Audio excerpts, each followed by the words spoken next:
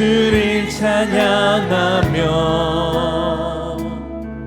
하나님의 사랑 그 아들 주셨네. 그의 피로 우리 구원받았네. 십자가에서 쏟으신 그 사랑 강같이 온 땅에 흘러 각 나라와 족속 백성 망원에서 구원받고 주 경배드리네. 구원하심이 보좌에 앉으신 우리 하나님과 어린 양께 있도다. 구원하심이 보좌에 앉으신 우리 하나님과 어린 양께 있도다.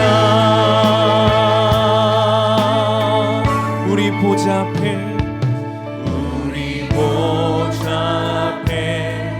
모였네.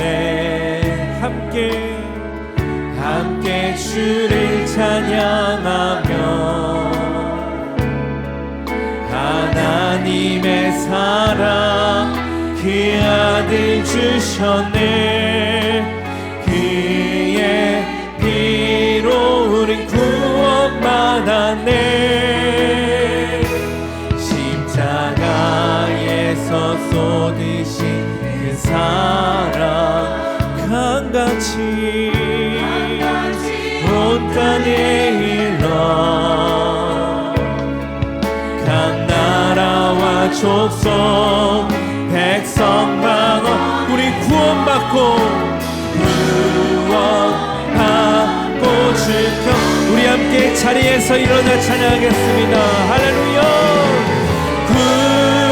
구원하심이 보좌에 앉으신 우리 하나님과 어린 양께 있도다. 구원하심이 보좌에 앉으신 우리 하나님과 어린 양께 있도다.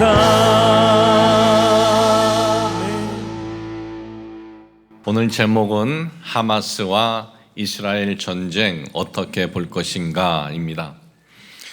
지난 주에 고양경찰서에서 경찰의 날 행사를 마치고 경찰 신우의 몇몇 분과 차를 마셨습니다. 차를 마시며 대화를 나누는 과정에서 한 분이 이런 말씀을 하십니다. 마지막 때가 가까운 것 같습니다. 근데 그분은 교회를 다니신 지도 얼마 안 됐고, 이 교회를 다니신 지가 얼마 안 됐다는 것은 믿음 생활 하신 지가 얼마 안 됐다는 것 아니겠습니까? 그런 분이 그런 말씀을 하시는 거예요. 그런 말씀을 하시면서 이 하마스하고 이스라엘의 전쟁, 저 중동의 사태를 언급을 하는 겁니다. 교회를 다니신 지 얼마 안 되신 분이 저렇게 지금 저 중동에 일어나고 있는 사건에 관심이 있다면 참 성도들이 굉장히 지금 중동 사태에 대해서 이스라엘과 하마스와 전쟁에 대해서 관심이 있겠구나 생각이 들어서 유튜브에 한번 들어가 봤습니다. 유튜브에 들어가 봤더니 하마스와 이스라엘의 이 전쟁 사건을 성경과 연관해서 올려놓은 유튜브 그 보니까 접속이 굉장히 높은 거예요. 그래서 이 부분에 대해서 우리 성도님들과 함께 이건 나눠야 하겠다 그런 생각을 가졌고 그리고 준비를 했습니다. 15일 전입니다. 지난 10월 7일 이 가자 지구를 관할하고 있는 하마스가 이스라엘 쪽으로 로켓포를 5,000발을 발사했어요. 그리고 20여 군데의 지역에 민간인들을 하마스가 넘어와서 민간인들을 무차별 죽이고 또 어린 아이들 100여 명은 참수해서 죽였다고 합니다.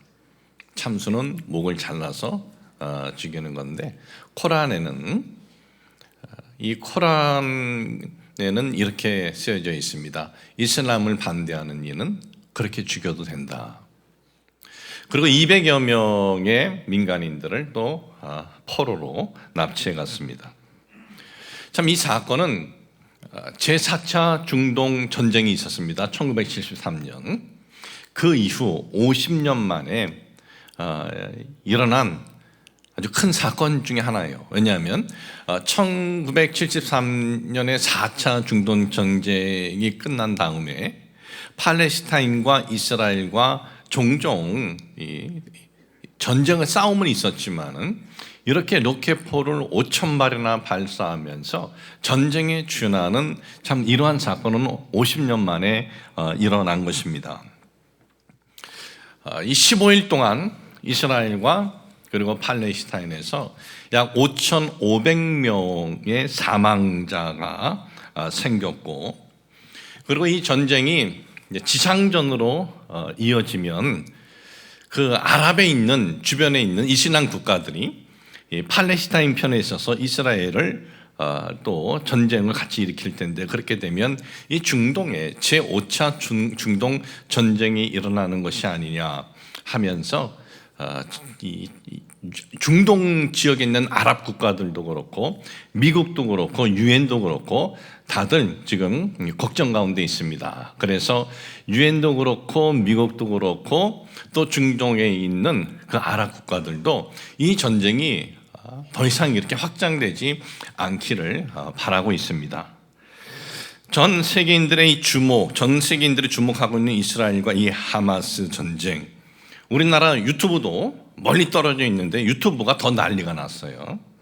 성경에서 예언된 전쟁이다, 그렇게 올려놓으니까 접속이 막 올라가요. 얼마 되지 않았는데 수십만으로 올라가 버려요. 또는 요한계시록 20장 8장에 보면은 마지막 그 전쟁이 있어요. 곡과 마곡. 이 곡과 마곡의 전쟁의 전추전이다. 또 거기에 또 막 이 접속이 늘어나요. 참 이런 설명과 해석들이 있는데, 오늘을 살아가는 우리 그리스도인들은 이걸 어떻게 볼 것인가? 지금 중동에 일어나는 이 사건을. 또 우리 성도님들은 이것을 어떻게 봐야 되느냐? 우리 순복원단교 성도님들은. 그래서 이 부분에 대해서 오늘 말씀을 드리려고 합니다. 첫째는 팔레스타인 가자지구, 여기가 지금 이 사건에 발단된 곳이 아닙니까? 여기에 대해서 말씀드리겠습니다. 가자지구는 이 팔레스타인의 이렇게 지중해 끼어 있는 곳인데, 지중해 그 연안에 있습니다. 이 가자지구가 크기는 어느 정도냐면 우리나라 그 서울의 한 60%, 세종시 정도 됩니다. 이 북과 남으로 길이는 40km고, 그리고 그 지중해로부터 이 너비는 한 8km에서 9km인데 그 안에 230만 명이 살고 있습니다. 한번 지도 보여드리겠습니다. 저렇게 그림이 되어 있고요. 보면은 팔레스타인 가자지구가 있고, 또 팔레스타인 저긴 서안지구예요. 웨스트 뱅크라는 곳이에요. 다른 곳은 저 좀 넓은 건. 그러니까 저 한 이 지중해 경계선에 있는 저기가 이제 가자지구입니다. 근데 저곳에는 유대인은 한 명도 없어요. 팔레스타인들만 살고 있습니다. 지난 2005년이죠. 2005년까지만 해도 유대인들 정착촌이 거기 있었어요. 그런데 2005년에 팔레스타인 자치정부와 이스라엘과 이제 평화협정을 맺습니다. 평화협정으로 그 가자지구에 있는 민간 유대인들 그리고 군 병력을 모두 철수합니다. 그런데 저 가자지구는요, 전체가 봉쇄되어 있어요. 6m에서 한 7m 되는 담이 세워져 있어요. 보여주시기 바랍니다. 완전히 그냥 막아져 있어요. 뭐 절로 가지도 못하고 저기 있는 사람들이 나올 수도 없어요. 완전히 담이 세워졌어요. 왜 저렇게 철통같이 담을 세웠을까요? 2006년도에 저 가자 지구에 총선이 있었습니다. 근데 총선에서 누가 승리를 하냐면 하마스가 승리를 합니다. 하마스가 승리하면서 그곳을 관할하게 되자 이스라엘은 봉쇄하기 시작을 합니다. 하마스는요, 이슬람 테러 단체 중에 가장 과격한 테러 단체입니다. 이슬람 테러 하면 뭐 IS도 있고 알카에다도 있고 그런데 가장 과격한 테러 단체인데 저들의 얼굴은 알 수가 없어요. 여러분들이 하마스를 찾아보면은 저들은 군복을 입었습니다. 그리고 무장합니다. 그리고 얼굴은 다 가리고 눈만 이렇게 보이게 되어 있습니다. 하마스가 가자지구 관할하자 이제 봉쇄를 이제 하기 시작을 한 것이죠. 대대적으로 봉쇄가 끝난 것은 2021년인데 왜 저렇게 봉쇄했느냐? 하마스는 반이스라엘 투쟁 단체예요. 그들로부터 무차별 이 테러에 자민족을 자국민을 보호하기 위해서였습니다. 이 하마스의 뜻은 아람어 약칭인데 이슬람 저항 운동입니다. 이슬람 저항 운동. 그러니까 이슬람에 반대하는 세력은 모두 다 적이에요. 다 죽여도 되는 거예요. 자, 그러면 저 팔레스타인 가자 지구는 성경에서는 어떤 도시냐, 어떤 곳이냐? 저 가자 지구가 성경에 최초로 언급된 것은 창세기 10장 19절에 처음 등장을 합니다. 가나안의 경계는 시돈에서부터 그라를 지나 가사까지 와 이렇게 되어 있어요. 가사까지 와. 이 가사가 지금의 가자예요. 이 가사가. 그러니까 이 가사라는 지역은 이 창세기 10장은 노아 홍수 이후로부터 그러니까 아브라함 전부터 성경 속에 실제 존재한 도시예요. 이 가자는 지중해 이제 연안에 아까도 봤지만 붙어 있는데 가나안 지역에 속해 있는 것이에요. 지중해 연안에 저 지중해가 있죠. 거기에 이 속해 있는데 이 가나안 지역에 속해 있어요. 그러면 이 가자 지구는 저건 도대체 누구 땅이냐 이거죠. 누구 땅이냐? 팔레스타인들은 이렇게 얘기를 합니다. 2000년부터 우리가 여기서 살았다. 이건 우리 땅이다 그래요. 우리 땅인데 이스라엘이 1948년 5월 14일 일방적으로 건국 선언하면서 우리 땅을 빼앗은 것이다. 그렇게 얘기를 합니다. 그런데 이스라엘은 뭐라 그러냐? 아니다. 이 땅은 4,000년 전부터 우리 땅이다 그래요. 4,000년? 도대체 뭐가 근거냐? 그 근거는 하나님께서 아브라함과 언약으로 우리 조상인 아브라함과 우리에게 대대로 준 약속의 땅이다 그래요. 그 내용이 창세기 15장 18절에서 21절에 되어 있습니다. 그날에 야훼께서 아브라함과 더불어 언약을 세워 이르시되 내가 이 땅을 애굽 강에서부터 큰 강 유브라데까지 네 자손에게 주리니 그랬어요. 한번 지도를 보여주세요. 애굽 그 경계선 가자 브엘세바 있죠. 그 경계선에 애굽 강이 있고 그리고 저 맨 끝에 유프라테스 강 저 땅을 하나님께서 아브라함에게 약속으로 준 땅이다 이거예요. 이 언약이 어떻게 이 언약의 배경은 이렇습니다. 하나님께서 아브라함을 부르시죠. 갈대우로에 있는 아브라함. 그리고 하나님께서 가라고 지시한 땅이 가나안입니다. 가나안 땅에 왔습니다. 기근을 만났습니다. 그러니까 그 밑에 이집트로 이제 내려갔죠. 그러다가 다시 이제 이 하나님이 보내주신 땅에 와가지고 큰 불을 이룹니다. 불을 이루니까 이 노세 목자하고 아브라함 목자하고 이제 다투는 거죠. 싸움이 있었습니다. 각자 길을 가자. 롯은 소돔을 택하고 아브라함은 하나님이 약속으로 준 그 땅에 이제 그대로 있는데 바로 그 땅에 그대로 있을 때 이 롯에게 큰 어려움을 당해요.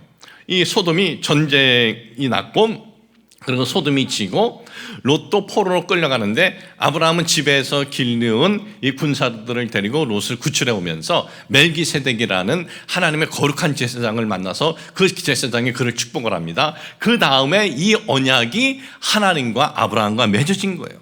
이 언약은 아브라함에게도 주셨고 이삭에게도 주셨고 그리고 야곱에게도 주셨어요. 이 야곱까지 이 땅에서 살다가 극심한 가뭄으로 인해서 또 그 요셉의 그 요청으로 인해서 이집트로 이 야곱의 식구들이 내려갑니다. 내려가서 거기서 430년을 이제 있다가 하나님께서 모세하고 여호수아를 통해서 이스라엘 백성들을 해방시켜서 애굽에서 이집트에서 나와가지고 하나님이 예비해 주신 젖과 꿀이 흐르는 가나안 땅으로 가라 그랬는데 그 땅이 바로 아브라함에게 약속으로 준 땅이에요. 새로운 땅이 아닙니다. 여호수아가 그 땅에 이제 정복을 해서 정착을 합니다. 여호수아가 죽습니다. 사사기 시대에도 가나안에서 저들은 살았고 이스라엘 백성들은 사사기 시대 이후에 이제 왕국 시대, 왕국을 이룹니다. 이스라엘 왕정 시대라 그러죠. 초대 왕 사울, 그 다음에 다윗, 그 다음에 솔로몬. 그때도 이스라엘 백성들이 그 땅에서 살았고, 그리고 솔로몬 이후에 나라가 두 쪽이 나죠. 남 왕국과 북이스라엘로 그때도 그 지역에서 살았습니다. 그런데 아수르와 바벨론에 의해서 이스라엘이 멸망을 당해가지고 포로로 바벨론으로 끌려갑니다. 70년 동안 포로 생활했다가 다시 고향으로 예루살렘 땅으로 돌아옵니다.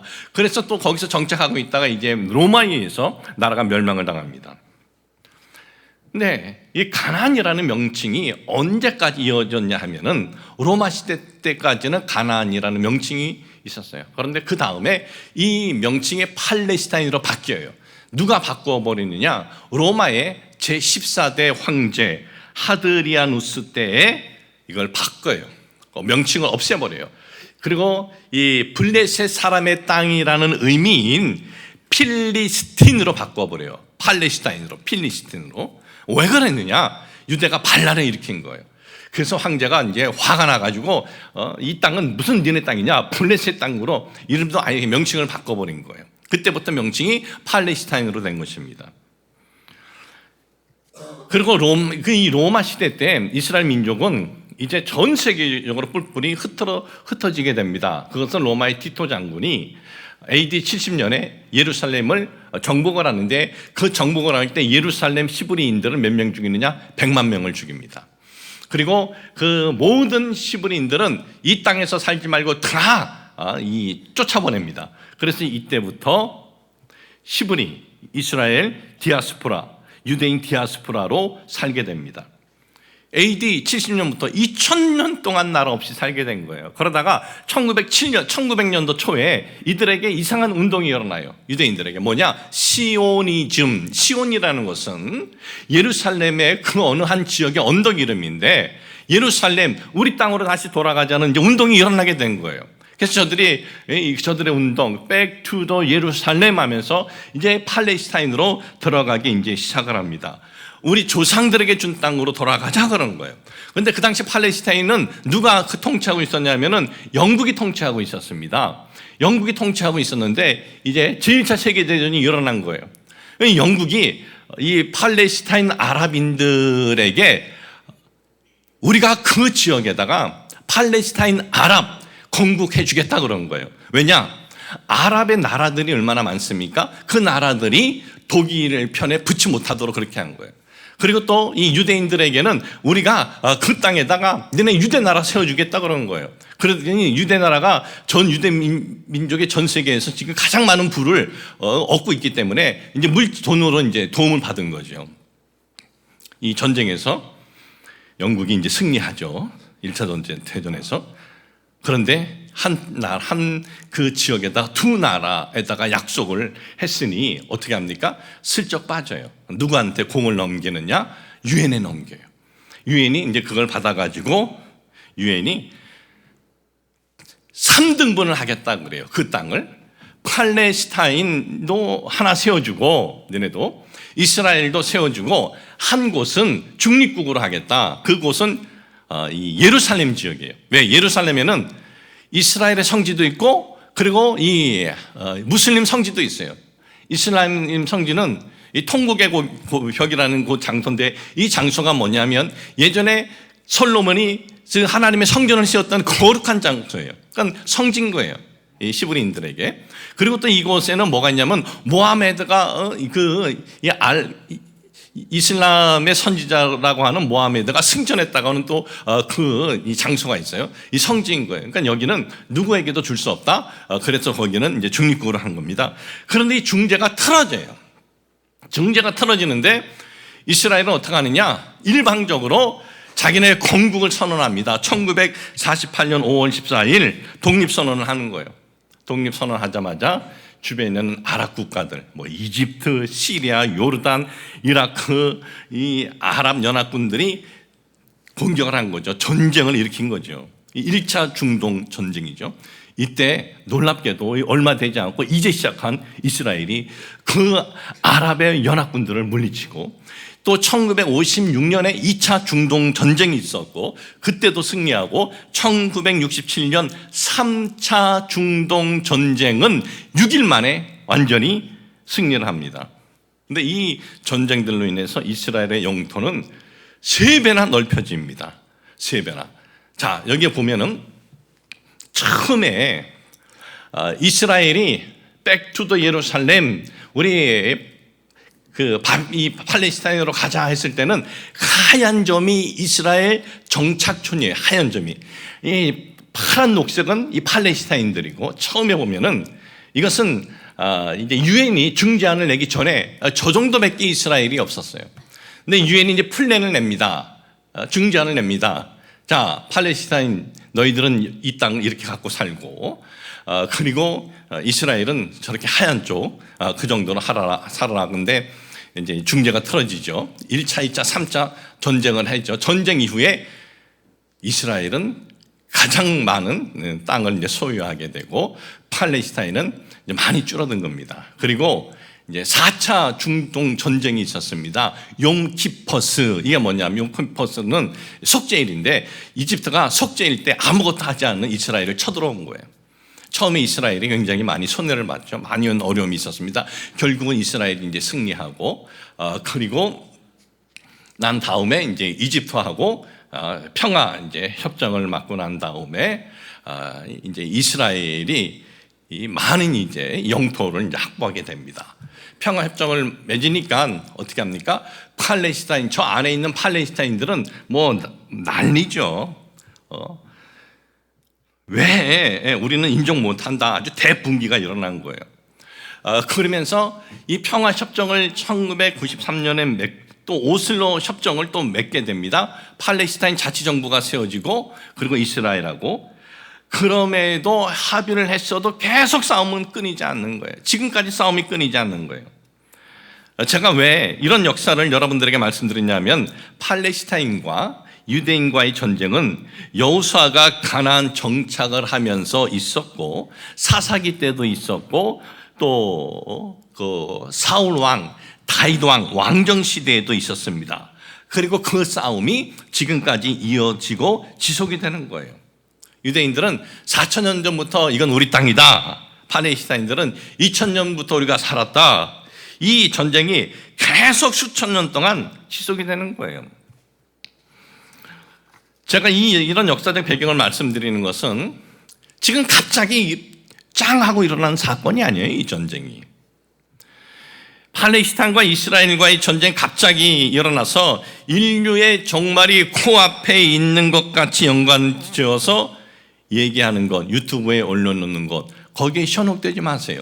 이건 수천 년부터 전 있었던 일이고 지금까지 있었고 앞으로 어떻게 뭐 협정이 될지 더 이게 확장이 될지 모르지만 이것은 계속해서 저들의 싸움은 끊이지 않게 됩니다. 그리고 왜 이런 일이 생길 때 이런 부분을 가지고 이것이 성경에 있는 마지막 때다라고 얘기를 합니까? 마치 그렇게 강력하게 주장을 하면서 우리들 속에 속해야 마지막 때 구원 받는 것 같은 그런 이야기를 하는 곳에 유혹되지 마세요.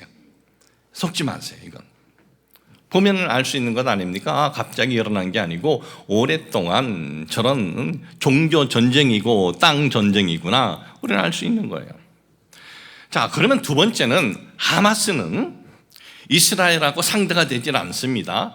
이 싸움은 이길 확률이 0%예요. 그런데 왜 기습 공격을 했을까? 가장 근본적인 이유는요, 가자 지구 봉쇄 이거였습니다. 물, 전기 뭐 하나 이스라엘이 공급해 주지 않으면은 거기에 들어갈 수가 없는 거예요. 다 막혔어요. 저 이집트 쪽에도 봉쇄해 버렸어요. 이집트도. 그냥 하늘만 열려져 있는 거예요. 그러니까 하늘만 막히지 않은 감옥과도 같은 거예요. 바다까지 봉쇄되었고, 그래서 저 안에는 실업률이 40%나 됩니다. 이렇게 힘든 그러한 환경에서 저들은 처음에는 봉쇄가 저렇게 되지는 않았어요. 그런데 2006년 이 하마스를 총선에 뽑아주기 전에 파타당이 이 관할하고 있을 때 이 팔레스타인 이 가자지구는 너무나 어려운데 이 파타당 이 지도자들은 너무나 부정부패한 거예요. 그러니까 저것들 말고 하마스한테 한번 해보자 해줬는데, 그런데 상황은 더 악화된 거예요. 다 그냥 통제되고 다 막아버리게 되고 더 악화된 거예요. 그래서 더 좋은 환경이 되었을 때 이 하마스는 야 이제는 이 잘못하면 폭발하겠다. 이 팔레스타인이 가자지구가. 그러니 자신의 존재를 알리는 뭔가를 한 거예요. 뭔가를. 그리고 최근에 또 조성된 중동의 평화 분위기 때문입니다. 이스라엘은 72년 동안 아랍에 있는 어떤 국가와도 수교를 하지 못했어요. 72년 동안. 그런데 2020년에 아랍에 이 몇 나라들하고 아브라함 협약을 맺습니다. 바레인, 모로코, 아랍에미리트, 아브라함 협약을 맺고 수교를 하게 된 거예요. 관계를 정상화된 거예요. 또 72년 만에. 그리고 최근에는 미국이 나섰죠. 미국의 도움으로 이 중동의 가장 영향력 있는 나라죠. 사우디아라비아, 이슬람의 종주국이죠. 거기와의 관계 개선이 무르익어지는 거예요. 이 사우디아라비아는요, 하마스를 원조한 나라이며 이슬람의 이 종주국입니다. 이렇게 되면 이 가자, 이 지구는 미래가 불투명해지는 겁니다. 그래서 이것은 막아야겠다. 이것 막지 못하면은 가자지구 팔레스타인이 지금까지 유지할 수 있었던 것은 솔직히 뒤에서 이 이스라엘에 대한 극도의 그 증오가 있는 아랍 국가들이 보이지 않게 지원을 해준 거예요. 경제적으로도 지원을 해주고, 그리고 군사적으로 지원을 해주고, 특히 가장 큰 지원은 사우디아라비아였습니다. 그런데 사우디아라비아와 이스라엘과 국교 정상화되면 그야말로 이 가자지구는 팔레스타인은 고립되고 마는 겁니다. 이번 사태로 사우디아라비아하고 이스라엘과의 관계는 개선이 이제 모두 멈추고 말았죠. 그리고 이 사우디아라비아 총리 빈 살만, 이 턱수염 이렇게 있고, 총리면서 왕세자지요. 전 세계에서 가장 비공식적으로 돈 많은 사람이에요. 전 세계적으로 공식적으로는 돈 많은 사람이 600조가 있는데 이 사람의 재산은 2,700조래요. 그러니까 이 빈 살만이 뭐라 그랬느냐? 팔레스타인을 우리는 지지한다 선언한 거예요. 왜? 그렇게 선언할 수밖에 없어요. 같은 이슬람이기 때문에. 그런데 뭐 어저께 보니까 또 이런 얘기도 했습니다. 하마스가 잘못한 것 같다. 왜 민간인을 죽였느냐? 그런 또 선언을 했어요. 어쨌든 이들도 더 이상 이제 확대되는 것은 이제 원치 않은 거죠. 그러니까 이런 상황이니까 극단적으로 이 하마스는 자신들을 알리려고 했고, 또 주변에 있는 아랍국들하고 이슬람하고의 관계가 정상화되는 것을 막아야 했고, 또 사우디아라비아와 국교가 맺어지는 것을 막으려고 갑작스럽게 이렇게 일을 벌린 거예요. 자, 세 번째, 이게 제일 중요합니다. 그러면 하마스와 이스라엘과의 전쟁 사건을 우리 그리스도인들은 어떻게 보아야 합니까? 인류 종말로 보아야 합니까? 이스라엘과 이 팔레스타인 하마스와의 전쟁을 마지막 종말 전쟁 가능성이 크다고 하는 내용의 유튜브들은요, 조회수가 상당히 커요. 오늘 여러분들에게 읽어드린 본문 말씀은 예수님의 제자들이 예수님에게 묻는 거예요. 주님, 언제 인류의 종말이 옵니까? 그러니까 예수님께서 이제 말씀을 해주시는 겁니다. 오늘 읽어드릴 말씀의 5절에서 8절에 보니까 많은 사람이 내 이름으로 와서 이르되 나는 그리스도라 하여 많은 사람을 미혹하리라. 난리와 난리 소문을 듣겠으나 너희는 삼가 두려워하지 말라. 이런 일이 있어야 하되 아직 끝은 아니니라. 민족이 민족을, 나라가 나라를 대적하여 일어나겠고 곳곳에 기근과 지진이 있으리니 이 모든 것은 재난의 시작이니라 그랬어요. 내가 메시아라, 내가 보혜사라 하는 것들이 많이 일어난다 그래요. 근데 그것들이 일어났을 때 또 많은 이들이 또 거기에 현혹된다 이거예요. 그리고 지진이 점점 많이 일어날 것이다. 지진은 점점점 계속해서 많이 일어나고 있는 거고, 시간이 갈수록 기근도 심해지고 전쟁은 여기저기서 계속 일어나게 된다는 거예요. 그런 징조들이 주님께서 다시 오시는 주님의 재림의 시각이 점점 가까워 오고 있다는 증거는 맞아요. 그 증거는 맞아요. 그러나 주님의 재림이 우리 세대에 있을지, 우리 다음 세대에 있을지 모르지만은 그 주님의 재림이 가까워 오고 있다는 증거는 맞아요. 근데 중요한 건 뭐냐? 여러분, 그리스도의 재림이 가까워 오고 있다는 이 증거들이 우리가 두려워해야 할 일입니까? 우리가 무서워해야 할 일입니까? 주님께서 재림하시면 우리는 기쁘고 감사해야죠. 왜? 주님이 재림은 곧 뭐냐? 세상에서 곡하는 것, 슬픈 것, 아픈 것, 억울한 것 다 끝나는 영광의 순간이 주님의 재림이 바로 그 영광의 순간이 되는 거예요.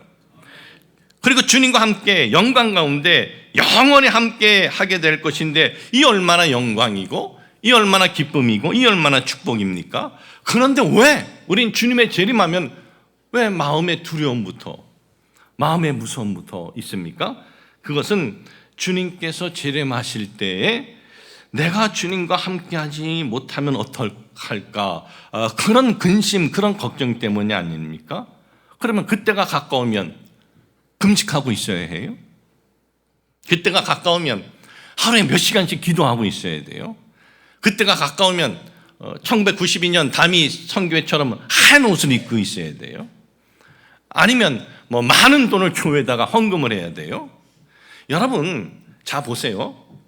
그때가 가까우면 어떤 행위를 해야 된다라는 거 없어요. 그리고 중요한 건 우리가 죄에서 구원받은 것은 행위입니까? 행위 아니잖아요. 우리가 구원받은 것은, 우리가 죄에서 구원받은 것은 우리 주 예수 그리스도를 믿음으로 구원받은 거예요. 그러면 재림하시는 주님과 함께 하시는 기준도 행위가 아니죠. 주 예수 그리스도를 믿는 믿음이다라는 거예요. 금식이라는 행위? 그럼 도대체 며칠을 금식해야 돼? 100일을 해야 돼요? 40일을 해야 돼요? 몇 시간 기도를 해야 되는 거예요? 그럼 기도하는 행위가 있어야 된다면. 헌금을 얼마나 내야 된다는 거예요? 행위로 한다면. 여러분, 우리의 구원이 우리의 행위와 상관이 없고 믿음이라면 주님의 재림도 우리의 행위와는 상관이 없고 믿음이에요. 물론 그 믿음이 우리가 진실로 예수 그리스도 십자가 대속을 믿는 믿음을 말하는 거죠. 그런데 예수 그리스도 십자가 대속을 믿지 않고 믿는 것처럼 하는 것은 아니죠. 진정으로 예수 그리스도 십자가 대속을 믿으면 그것이 구원의 기준이고, 그것이 재림할 때 우리 주님으로부터 우리 모두가 함께 참여할 수 있는 거예요. 우리는 그럼 어떻게 해야 돼요? 그냥 평상시 하는 대로 똑같이 하면 되는 거예요. 직장 생활 그대로 열심히 하면 되는 거고, 사업하는 분들 사업 열심히 하면 되는 거고, 학업하는 분들은 공부하면 되는 거고, 그대로 하면 되는 거예요. 여러분, 인류의 종말을 언급을 할 때 빠지지 않는 것이 있어요. 빠지지 않는 거. 인류의 종말 얘기할 때. 그 뭐예요? 천년왕국. 천년왕국 여러분 들어보셨죠? 천년 동안 메시아이신 예수 그리스도께서 재림하셔서 천년 동안 통치하신다. 이 천년왕국이라는 이 네 글자는요, 성경에 직접적으로 한 번도 나오지 않아요. 다만 요한계시록 20장에 천년 동안 계속되는 예언이 있고 천년이라는 단어가 6번 언급이 되어 있습니다. 근데 계시록 20장 천년이라는 이 문자 마지막 때에 이 언급이 있는데, 그런데 이것은 이제 천년 왕국하고 이제 연결해서 이제 얘기들을 해요, 마지막 때에 대해서. 근데 천년 왕국에 대해서는 세 가지 견해가 있어요. 하나는 무천년설. 이건 문자적 천년 아니다. 이 천년이라는 것이 있지만은, 천년이라는 것은 있지만은 문자적 천년이 아니다. 숫자, 시간, 이것은 이제 부정하는 거죠. 이건 상징적이다. 그건 상징적, 어떤 그 기간이 아니고 상징적이다. 그런 해석하는 견해. 두 번째는 전천년설. 이것은 뭐냐면은, 전천년설은 이 문자 그대로 재림하신 예수님께서 강림하셔서 이제 지상의 왕국을 건설하시고 통치하신다는 견해예요, 이것은. 그리고 이 견해 중에는 세대주의 견해가 있어요. 세대주의. 그것은 문자 그대로 이루어진다. 그리고 절대적이다라고 말을 해요. 그리고 절대적으로라고 말을 하는 어떤 목사님이 있는데 유튜브 구독수가 어마어마해요. 그분은 예수님께서는 올리브산에서, 그러니까 감난산으로 그때 이제 재림을 하신다 그래요. 그리고 거기서부터 천년 왕국을, 이스라엘에 이제 천년 왕국을 세우신다 그래요. 왜냐하면 주님께서 강림하실 때, 주님께서 승천하실 때 그 올리브산 감난산에서 승천하셨거든요. 그러니까 그 본 그대로 오신다는 그 말씀 문자 그대로 글로 강림하신다 그래요. 그리고 주님께서 이제 강림하시면서 이스라엘 민족에게, 택함받은 이스라엘 민족에게는 마지막 때 주님의 특별한 구원의 은혜가 있을 것이다라고 해요. 그러니까 이스라엘 민족은 이제 특별한 어떤 은혜가 있을 것이다. 이방인과 다른 은혜가 있을 것이다. 그분의 그 말씀대로 우리 주님께서 그 땅으로, 문자대로 그 땅으로 강림하시고 선택받은 이스라엘 민족에게 특별한 구원의 은혜가 있으려면요, 지금 먼저 해결돼야 할 것이 있어요. 뭐냐? 지금 전 세계적으로 동성애 축제가 가장 최대 규모의 축제는 어디서 일어나는지 아세요? 이스라엘 수도 텔라비브예요. 전 세계적으로. 코로나 일어나기 전에 2019년도에 몇 명이 모여서 동성애 축제를 했는지 아세요?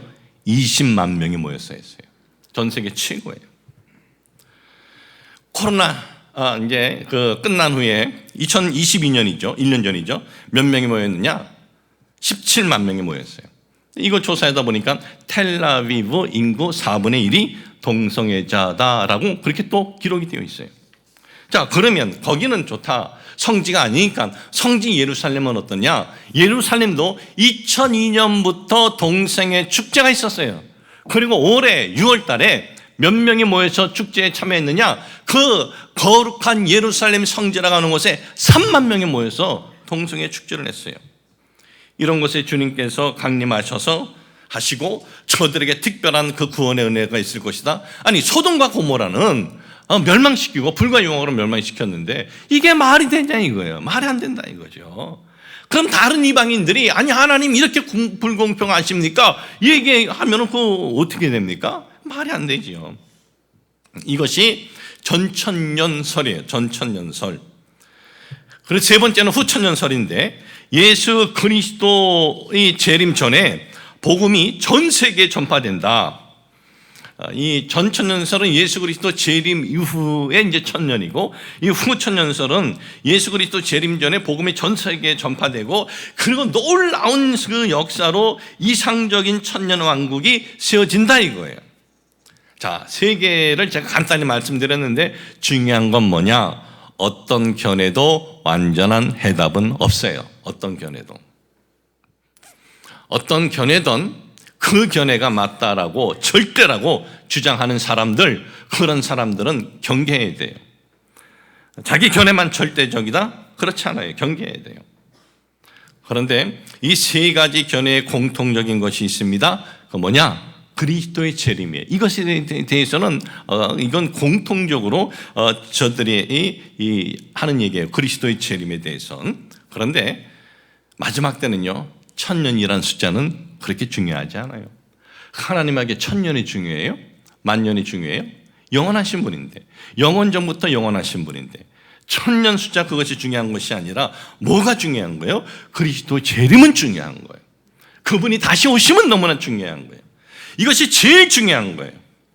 이것이 왜 중요합니까? 그리스도 안에 있는 우리가 주님과 함께 영원한 영광으로의 출발이기 때문에 제일 중요한 거예요. 우리가 이 부분만, 제일 중요한 것만 우리가 이것만 놓치지 않으면 돼요. 그러면 우리는 어떻게 해야 됩니까? 하던 일 멈추고 기도만 해야 됩니까? 아니에요. 그냥 평상시 하던 일 그냥 하면 되는 거예요. 평상시.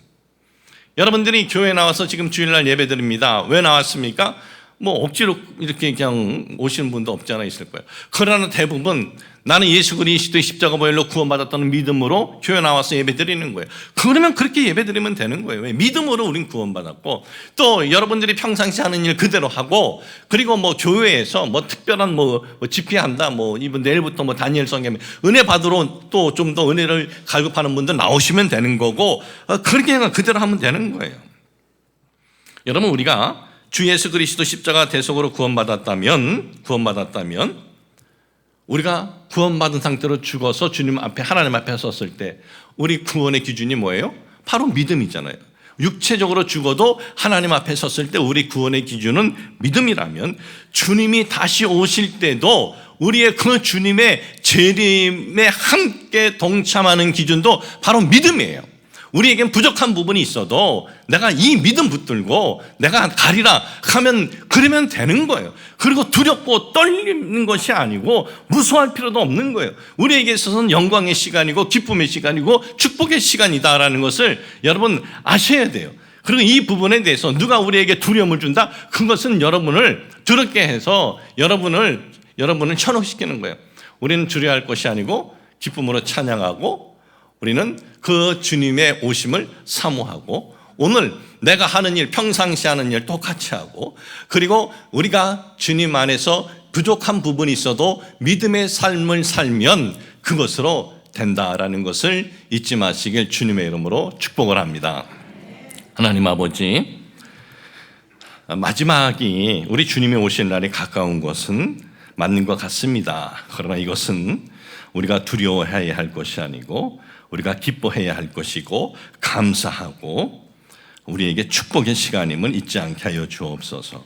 우리의 이 구원의 기준이 믿음이라면 우리 주님 다시 오실 때의 기준도 믿음이다라는 것을 잊지 말고, 우리가 좀 부족한 부분이 있어도 우리가 믿음의 삶을 걸어가게 하여 주옵소서. 악한 어떤 것들처럼 살아가는 것이 아니라 믿음의 삶을 걸어갈 수 있도록 도와주옵소서. 예수님의 이름으로 기도합니다. 아멘.